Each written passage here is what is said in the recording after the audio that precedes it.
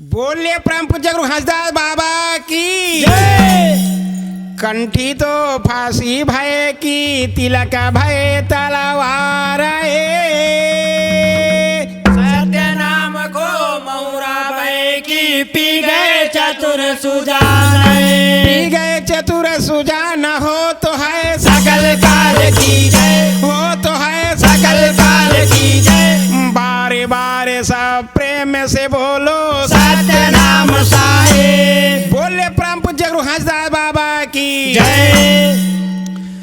खो जाते आए वो दाई तोरे अंगनाला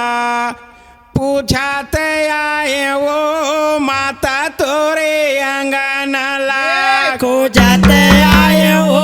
दाई तोरे अंगनाला पूछाते आए हो माता तोरे अंगनाला खो जाते आए वो दाई तोरे अंगनाला पूछाते आए वो माता तोरे अंगनाला को जाते आए हो दाई तोरे अंगनाला पूछाते